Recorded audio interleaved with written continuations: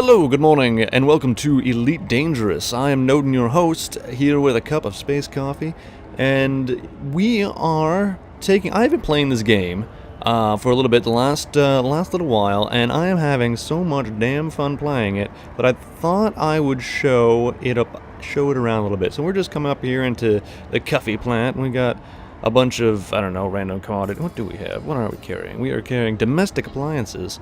Let's get some... Request granted. Getting some docking permission here. So I'm playing here. I'm using a joystick, which makes this a whole lot easier. I am using track IR as well, which makes this ridiculously much easier. Being able to kind of look around is so much nicer. But yeah, this is a fantastic game. So I got into this game mostly because I am excited and waiting for Star Citizen. And it may seem to many, if you are an Elite Dangerous player, that's a little bit of a conflict of interest. I don't know what the right term for that is. We're going to go down here. 6.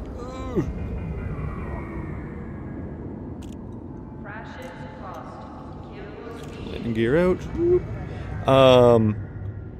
That may be a little bit of a conflict, but mostly because, I mean, they are competing brands, as it were. They're both creating a large open universe, open galaxy kind of massively multiplayer online starship simulation, world simulation, economy simulation game.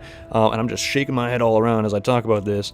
Let's enter the hangar here and just show how cool some of this is. But yeah, so I've been so excited waiting for Star Citizen and whatnot that I got into playing this, and I've been having so much fun playing it. Here I'm in my little hauler here, which is not the default ship that you start with. And actually, let's go in over here and I can show you what it looks like here a little bit. I think we go into outfitting. That's the easiest way. So there it is, there's my hauler. Like I said, not the default ship. Looks a little bit like a Ford Transit, if I'm being honest. It's the white van of the galaxy. And it is. It's a small transporter that has just enough room to kind of transport a bunch of fridges. 16 fridges is what I've got in my bag here, domestic appliances. And that's sort of what I've been doing. I mean, there are lots of different kind of ways. You can become a pirate. You can go and do, you can be like a mercenary and be hired out to the Top Gun. Mostly you're hauling or you're shooting at the moment is what it seems like. And I went for the hauling mostly because I haven't done very much shooting in this game, and that scares the crap out of me. Just a small profit. 48,000 credits. Oh yes, not the richest man in the world in the galaxy, in all of the West Galaxy, but we're making it. We're getting there. But yeah, so it's quite a large, and when I say open galaxy, I mean it is quite large. And if we go up here to the galaxy map, I can kind of show you a little bit of what I mean. So this is our little corner, little spiral of the galaxy, and we're just in this little tiny nook right now. I've got a little bit extra room than a little extra stuff than there might be extra lines on here, is what I'm saying, from what you see when you first jump on here. But that's because my slightly better ship has a slightly longer jump range, but I mean only slightly longer.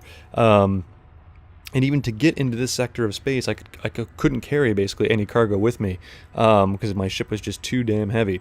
But I came in here to do this nice little run right here, which I found, which is very lucrative for me anyways, but you need to be able to upgrade to get to that point. And there's lots of kind of weird little tricks. I don't know. I didn't watch a lot of tutorials on the game. I don't know much about the game.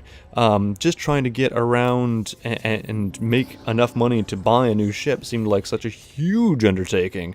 But it is a lot of fun, and just doing this. I mean, I played a lot of Euro Truck Simulator and games such as that, which is, I mean, essentially what I'm doing here. I'm doing, Space Truck Simulator at the moment. But and in fact, let's get some.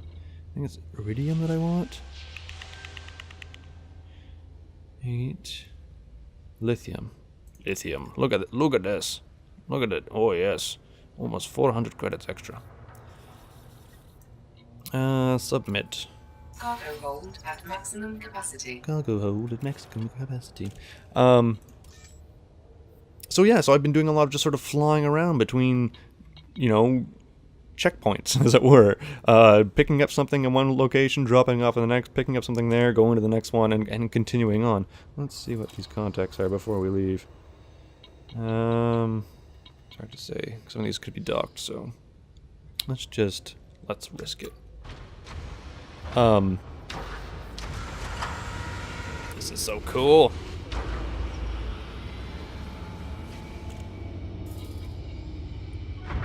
Oop, phone going off.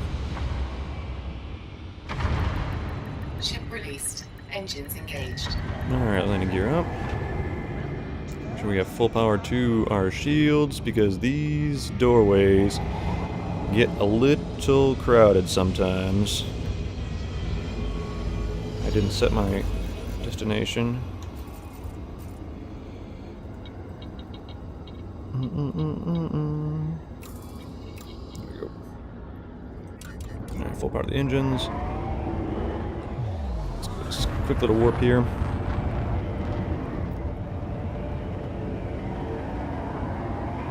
Head towards Nang Takia. I can't stop Nang. We're going to Nang. I don't know how to say these words. I don't know how to say these fancy foreign words. Charging. Whoa. Ship scanning down, it's fine. We'll be gone by the time they figure out what we are.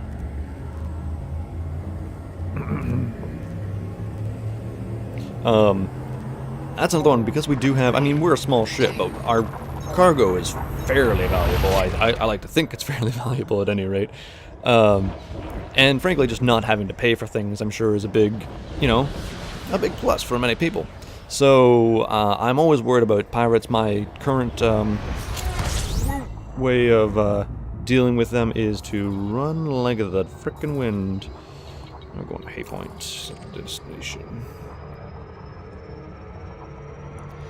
Little things which I can't. All right, so let's just get the throttle in the blue there.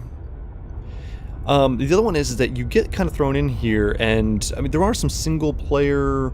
I don't know what you would call them. I suppose you could say that they're sort of tutorial-esque missions, but I didn't find them to be particularly helpful for trying to figure out how things work in here in this universe. So, looking at a few different things here. So, looking in the center, we've got like our ship's radar. I need to start slowing down a lot. Oh shit.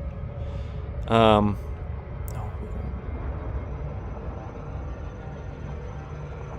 know we're gonna overshoot. We're gonna overshoot by a lot. Let's go really far around. Ah, damn it! Just tried talking too much.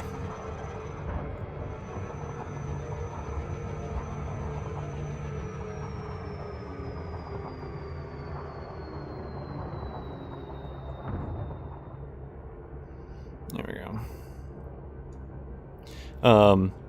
So over here you can see, because the way it works when you're in this, what does they call this thing? Hyperdrive or jump drive? I don't know what it is called.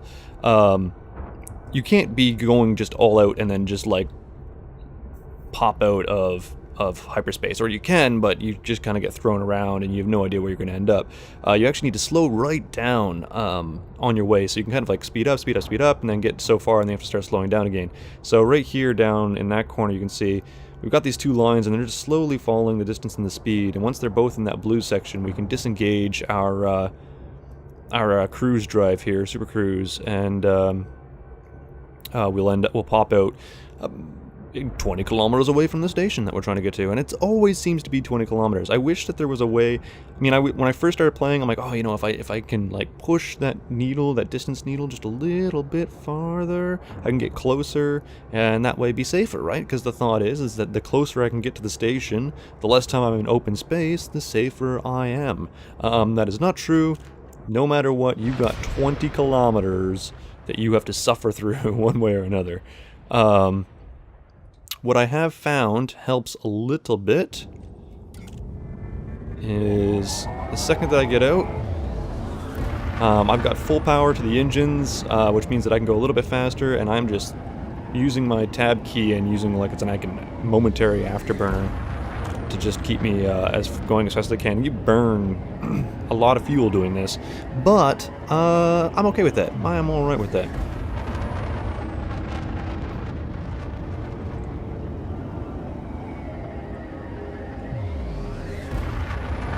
Let's see who else is in the area. Doesn't seem like anybody is. This thing also doesn't have very good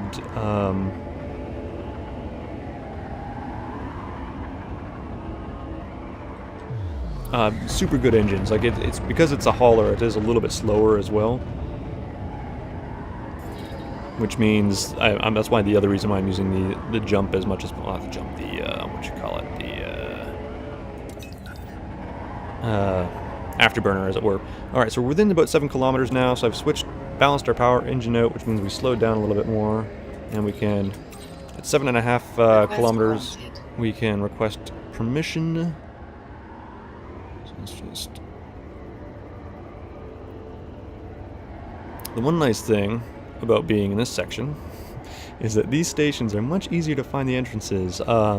One of the first things you'll find getting into this game is that the first stations that you're going to are like these big, like polygon looking things that are spinning all around, and there's an entrance on one side, and trying to figure out the trick to finding the entrance can be a pain in the ass, but it's not too bad once you learn the trick, which is that the entrance always rotates perfectly anti-clockwise or counterclockwise, so you just start aiming towards a side that's rotating that way, which you think when things are moving around in space could be difficult to figure out, and yeah, right, you are 100% right.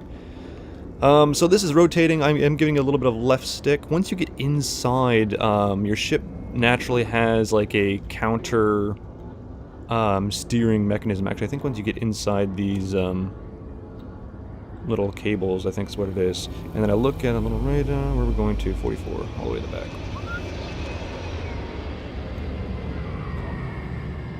Alright. Get our landing gear down here. Put our landing lights on just for fun.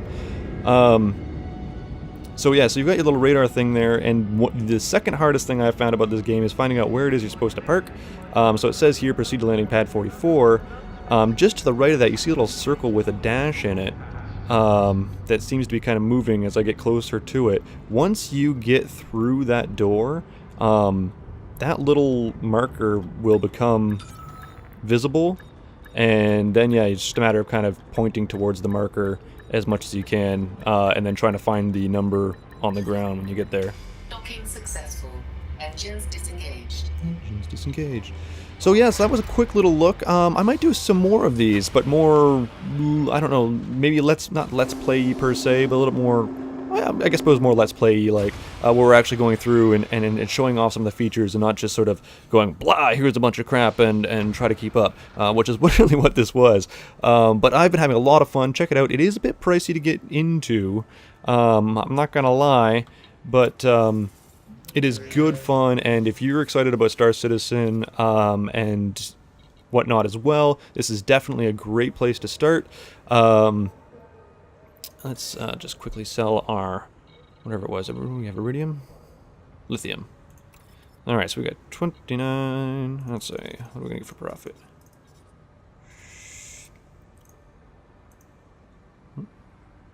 $9,000, oh yes. That was a good haul. But yeah, so if you're interested in checking out Do It Out, it will be linked into the description below. Like I said, this is a fantastic, pretty, like, really fun game. If you've enjoyed things like, if you enjoy flight sims, if you enjoyed Euro Truck, if you enjoyed Kerbal Space Program, anything like that, you're gonna love this. If you're a fan of some of the old games like X-Wing and Wing Commander, there's lots of dogfighting and things like that you can do, and it's really, really quite fun. Like I said, I haven't done a whole lot of it, but what I have tried has been pretty fun. So do check it out, and I will see you guys next time. And until then, ciao, I love you. Good night.